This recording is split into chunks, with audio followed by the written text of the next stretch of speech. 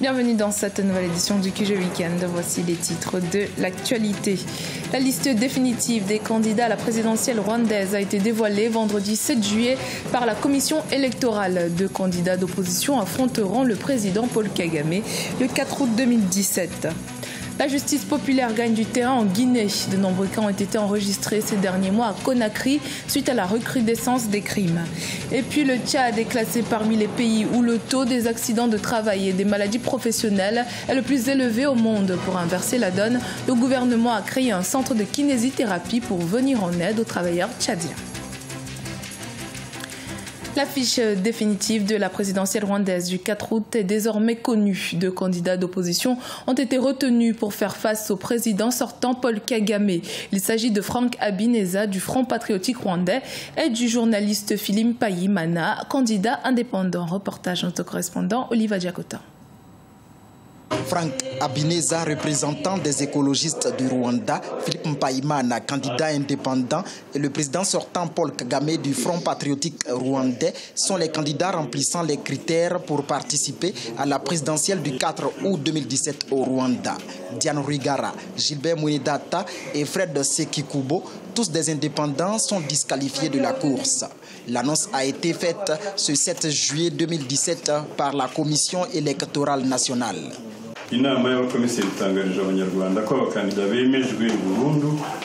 Les commissaires de la commission électorale ont pu décider en conformité avec la constitution rwandaise que les candidats suivants sont aptes pour prendre part à la présidentielle d'août 2017.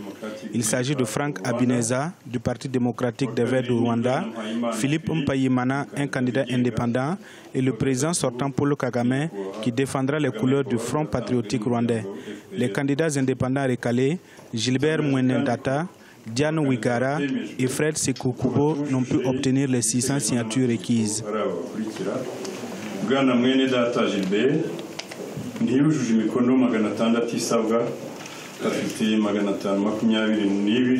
La campagne électorale se déroulera du 14 juillet au 3 août 2017. 7 millions d'électeurs, dont 1,5 million de nouveaux électeurs, prendront part à ce 3e scrutin présidentiel post-génocide. Une élection déterminante pour la maturité démocratique du Rwanda. Si je compare les élections au Rwanda et dans les pays voisins, par exemple au Kenya, on voit les choses sont chaudes au Kenya, mais au Rwanda, c'est toujours calme. Le président Kagame, qui brigue un 3e mandat, est le favori de cette présidentielle selon des observateurs. Il a même remporté les 2 dernières présidentielles de 2003 et 2010 avec un score de plus de 90%. L'ancien président malgache Marc Ravalomanana a réussi à mobiliser la foule malgré une interdiction de manifestation dans la capitale Antananarive ce samedi 8 juillet. Son parti, le Team, un des principaux partis d'opposition, devait fêter ses 15 ans d'existence au stade de Mahamasina. Un rassemblement qui a finalement été interdit par la préfecture de police. C'est finalement à l'hôtel Carlton que le candidat à la présidentielle de 2018 a fêté les 15 ans de son parti en compagnie de ses proches. Des centaines de militaires, gendarmes et policiers ont été déployés dans toute la ville pour contenir cette manifestation. La Guinée fait face à une recrudescence des crimes aussi bien dans la capitale que dans l'intérieur du pays. Un phénomène qui donne de l'ampleur à un autre problème tout aussi dangereux, celui de la justice populaire. Reportage de notre correspondant Emmanuel Milimono. Ces derniers mois ont été émaillés des crimes parmi les plus macabres en Guinée.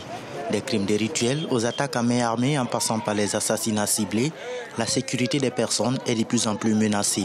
À Conakry, comme dans les villes et même les villages les plus reculés, les faits qualifiables de crimes sont récurrents et inquiètent plus d'un. Il a été commis des infractions parmi les plus graves du code pénal. Il a été commis des meurtres, des assassinats, des incendies volontaires. Vous voyez encore quelle place la justice privée est en train d'occuper dans ce pays, ce qui n'est pas normal. Devant ce que la population perçoit comme une inaction de l'appareil judiciaire, la vindicte populaire tend elle aussi à devenir chose courante. Plusieurs cas de ce genre ont été enregistrés ces derniers temps, notamment à Conakry. Le justiciable guinéen est très loin de sa justice. Et là, c'est général, même au niveau des intellectuels, quand tu parles avec eux, l'ABC du droit, de la procédure, personne ne connaît. Pourtant, de nombreux efforts sont fournis ces dernières années pour rapprocher la justice des justiciables. Le système judiciaire a connu une profonde réforme qui a conduit notamment à la suppression de la cour d'assises. Cette dernière a été remplacée par les tribunaux de première instance dans le but d'accélérer les procédures judiciaires liées aux affaires criminelles.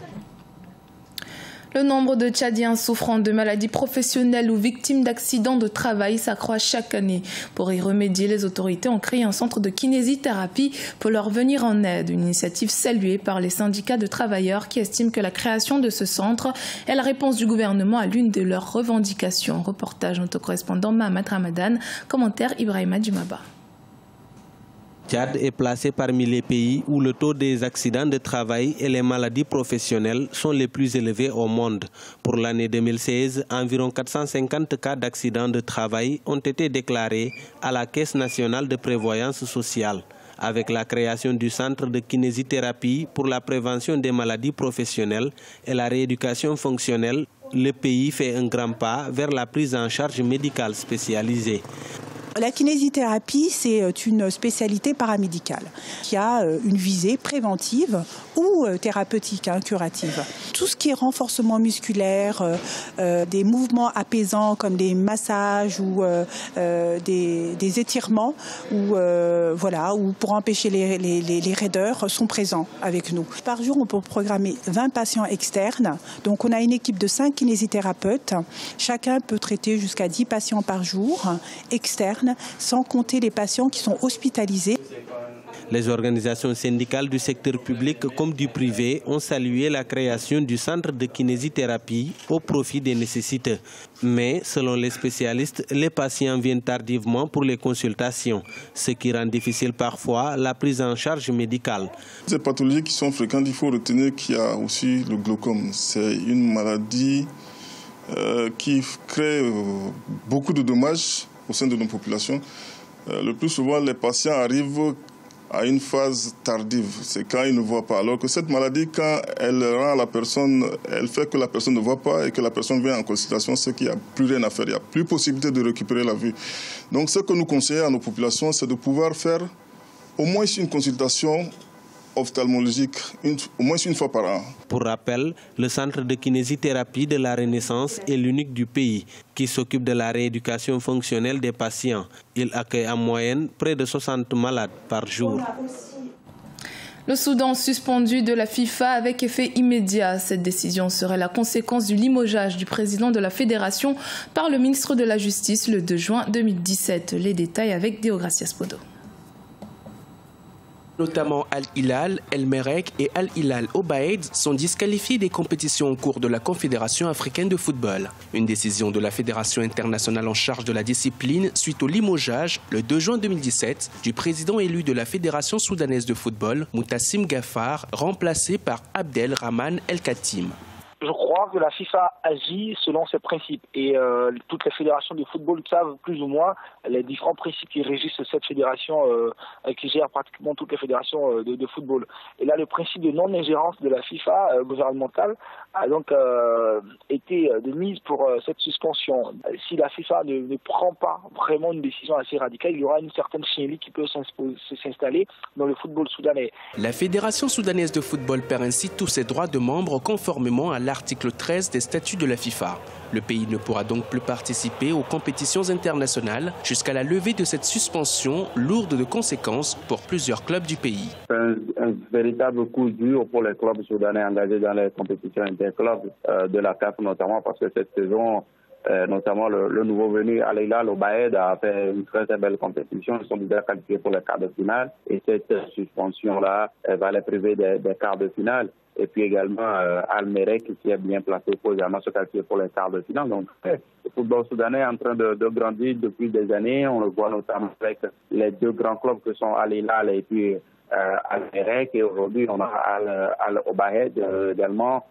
Une solution sera trouvée, mais quand la solution sera trouvée, c'est ça la véritable interrogation. Malgré la polémique permanente autour de cet article 13 de ces statuts, la Fédération internationale de football et associations reste attachée au principe de non-ingérence gouvernementale dans les affaires des instances dirigeantes du ballon rond. Elle avait déjà sommé le gouvernement soudanais de réintégrer le président élu Moutasim Gaffar dans ses fonctions avant la fin du mois de juin. Mais rien n'est fait, la sanction est aujourd'hui sans appel. Elle prive également l'équipe nationale du Soudan de rencontres internationales. Ce journal a été réalisé par l'ensemble de la rédaction. Merci de votre fidélité. Dans un instant, une nouvelle édition de l'actualité sur Africa 24.